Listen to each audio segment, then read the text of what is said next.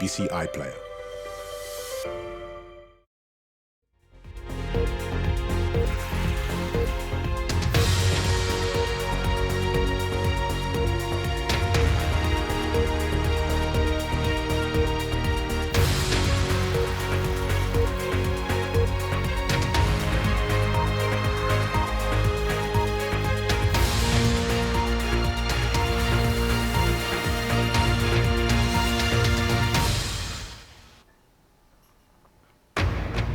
Hello, I'm Ros Atkins. Welcome to BBC News as we continue our coverage of the invasion of Ukraine.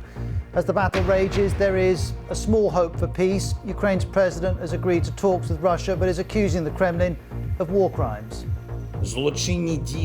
Russia's criminal actions against Ukraine show signs of genocide. Russia is on the path of evil. Vladimir Putin says he's moving Russia's nuclear forces to high alert in response to what he called aggression from Western leaders.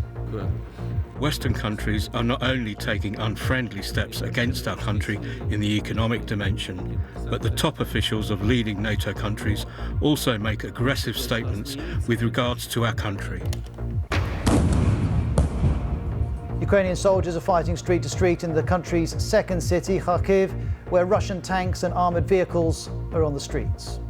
The European Union has announced tougher sanctions again, including closing its airspace to Russian airlines. Let me be very clear. Our airspace will be closed to every Russian plane, and that includes the private jets of oligarchs too.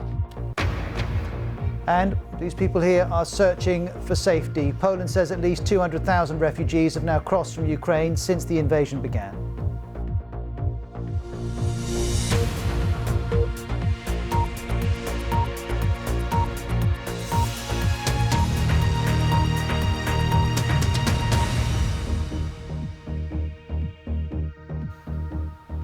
Hello, I'm Ros Atkins. Welcome to BBC News. Let's continue our coverage of Russia's invasion of Ukraine. The Ukrainians have agreed in principle to hold talks with the Russian delegation without preconditions on the border with neighbouring Belarus. In another development, President Putin has ordered Russian military commanders to put the country's strategic nuclear forces on special alert. That's their highest level. He says it's in response to aggression from the NATO military alliance. That move was very quickly condemned by the White House. NATO says Putin's threat is dangerous and irresponsible. Also in the last hour, the European Union has announced a raft of new sanctions, including the closure of airspace to all Russian planes and a ban on pro-Kremlin media. This is the latest map of Russian-controlled territory in Ukraine. The Ukrainian government says it still controls all major cities, but we know there's been heavy fighting in the east in the city of Kharkiv.